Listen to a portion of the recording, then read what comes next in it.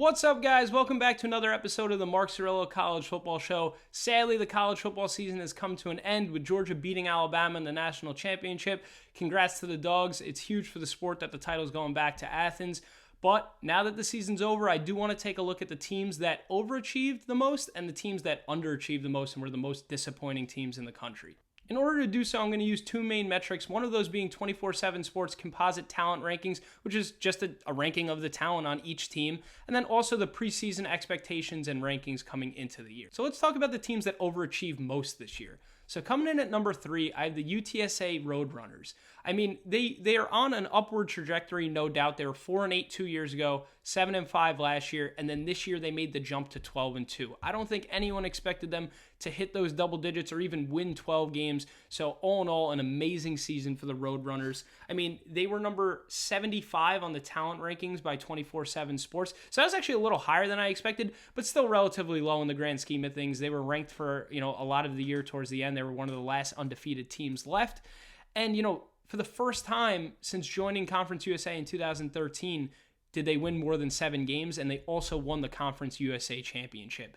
They beat Western Kentucky in that game, and then they suffered a tough defeat to a ranked San Diego State team to end the year. So I really think all in all, this was an amazing season for UTSA, something to be proud on, something to build on, and hopefully they're one of those powerhouse group of 5 teams moving forward. At number 2, we have Wake Forest. So they came in at number 65 on 24/7 Sports talent ranking list, but clearly they overachieved. They finished the year ranked number 15 in the country. They had a nice bowl win. They made it to an ACC championship game.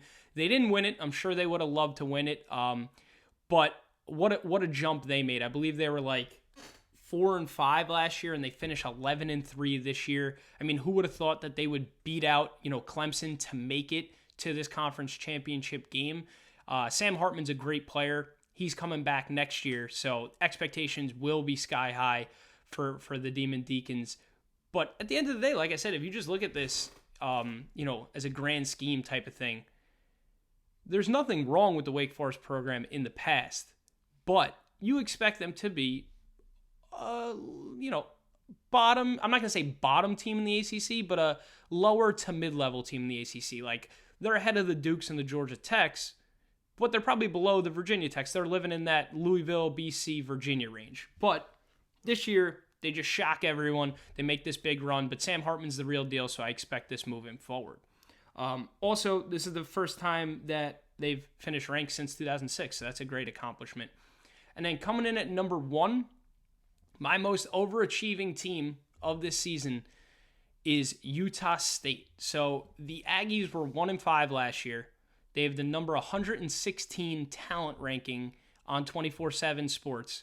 And they go out and they go 10-3, and they win their conference. Just an unbelievable season. They did an amazing job. This means that they really coached up their talent, developed that talent. And, they finished the year 24th. Think about that. They, in the eyes of 24/7, I know that's not the end-all, be-all, but they are a great indicator of recruiting and talent. They view them as the 116th most talented team in the country, and they finished the year ranked number 24. So that's a massive achievement, and, congrats to Utah State, and let's keep this thing going. So for honorable mentions, I have teams like Houston, San Diego State, and Air Force. I mean, Air Force, they had the number 209 talent rank in the country, and they finished 10-3. San Diego State, another team low in these rankings, they finished with 12 wins this year, and they were ranked number 25th, I believe, to end the year. And then also Houston, who won 12 games, and they were lower down on the list. I believe they were in the 70s in the rank. The reason why I didn't put any of these into the most surprising or most overachieving is because they've done it in the past, right? Like, I believe Air Force had an 11-win year 2 years ago. You had San Diego State had a 10-win season 2 years ago.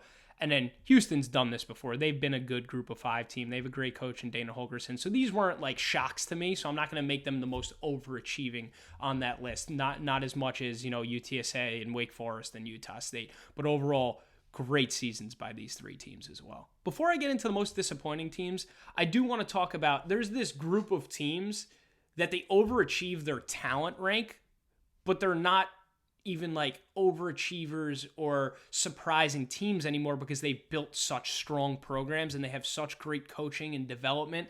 And this includes teams like Cincinnati, right? They're the number 54 talent rank, but they were a preseason number 18 because we know they could do it, and they have Luke Fickell, who's a great coach. You have BYU, who had a great season last year with Zach Wilson. This year, they were receiving votes in the top 25, but believe it or not, they're in the hundreds in the talent rank.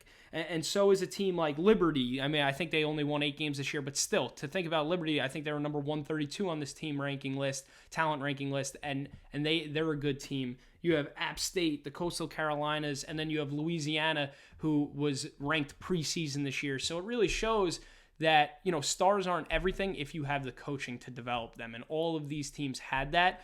So they're not shocking or overachieving teams. They're teams that have built a foundation. And this is the step that I want those 3 overachieving teams to take. So now let's talk about the most disappointing teams in college football this year. This is using the preseason rankings, just personal expectations that I had, and then this talent ranking that 24/7 Sports has.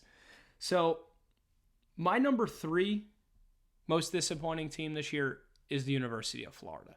So they're number 7 on this talent ranking list. I mean, we know Florida can recruit. They always have. They probably always will. Maybe they'll have a couple down years here or there. But they're a powerhouse in recruiting. They're in Florida. South Florida's a hotbed. Actually, all of Florida's a hotbed for football recruiting. But Florida was so disappointing to me because they came into the year ranked number 13. They went 11-2 2 years ago, won the Orange Bowl. And then this past season, last year, they went 8-4, so they saw a little downward trajectory, but I think we all expected them to bounce back. There's a lot of hype around this program. I think we all thought Dan Mullen was the real deal there, that he was going to, guide them to years of success in the SEC. Maybe they can compete for SEC titles, win an SEC championship down the line. But this went from a season where they were ranked number 13 with the number 7 talent ranking in the country to finishing the year 6-7. And Dan Mullen is fired. So really, all in all, a disappointing year from Florida. I think they're going in the right direction. I like the Billy Napier hire. I think it might take some time, though. I don't think we should expect instant success with Billy Napier, but look what he did with that Louisiana team that I mentioned earlier. You know what I mean? I think they went 13-1 this year. They were ranked, and he built them from lower recruits and really just develop these guys into great players, into a great team. And imagine what he's going to do at 4- and 5-star talent. Coming in at number 2, I have UNC. I know they're not the typical powerhouse everyone thinks of, but I do think it was the perfect storm for them to have a great season. So last year, I believe they were 8-4. They had an 8-2 regular season, and then they lost to Clemson in the ACC championship and then lost to A&M in the Orange Bowl. So they were just in the Orange Bowl. They came into the year, I believe, ranked 10th in the country, and they had the number 14 recruiting class both of the last 2 years, so their sophomore and freshman talent is elite. And all you've been hearing about is this UNC talent, this UNC recruiting talent. And then they have the guy with Sam Howell. I mean, I thought Sam Howell had a real chance to win the Heisman this year. He's probably going to be a first-round pick, and I don't think this 6-7 record is really anything against Sam Howell. I think Howell played great most of the year. I watched a lot of UNC games. I think he always battled. He played hard. But at the end of the day, the team really just couldn't get it done when it mattered. I mean, any given week, they could beat whoever they were playing. But they could also lose to whoever they were playing. So this is a team that I expected 10 wins, probably minimum, probably to be playing against the Clemson, or in this case, Wake Forest in the ACC championship. So for them to finish 6-7 with a third year of Sam Howell, for me, I mean, really disappointing. They had on this talent ranking, they were number 18. So they do have a very talented team. Like I said, they had great recruiting classes and they had the quarterback. So just disappointing that they couldn't get it done. And then number 1, my most disappointing team in college football this year were the USC Trojans. So on this talent ranking by 24/7, they had the 10th most talented team in the country, right? They came into the year ranked number 15. They went 5-0 in that shortened COVID regular season last year, and then they lost to Oregon in the Pac-12 championship, didn't play a bowl game. So they finished the year 5-1, come in ranked. They have Keaton Slovis, who everyone expects to be a great player, and then they go 4-8. I mean, I think some of this has to do with the coach being fired early in the year and Clay Helton. And Clay Helton probably wasn't the guy for the job. But to go 4-8 with all these expectations is just such a disappointment. But this might be a blessing in disguise for USC. They go out and they hire Lincoln Riley. He's going to bring this program back. You know, he's going to recruit at an elite level. But for me, this one was just really, really puzzling and disappointing. Some honorable mentions for this list. You have LSU. They were number 5 on this talent ranking list. But for me, I wasn't that shocked. You know what I mean? They had that amazing 2019 season. I think they go 15-0, right? Joe Burrow wins a national championship. And then they go 5-5 the next year. So they kind of had that post-championship hangover. So I didn't expect big things. They came into the year ranked. They had still elite talent on the roster, but I wasn't stunned. So I didn't put them on this list. And then also Texas. I believe Texas has the number 11 ranked talent, in the country. They came into the year ranked number 21 in the preseason poll. And then they go 5-7. But they lost Sam Ehlinger, and they had a coaching change with Steve Sarkisian. So, again, this one wasn't as shocking as those 3 that I listed out before. And then the teams that did what they had to do, you have Alabama. They had the number 1 talent, right, on this 24/7 ranking. They came into the year ranked number 1. They finished 2. So I guess that's a disappointment for them. But their talent played well.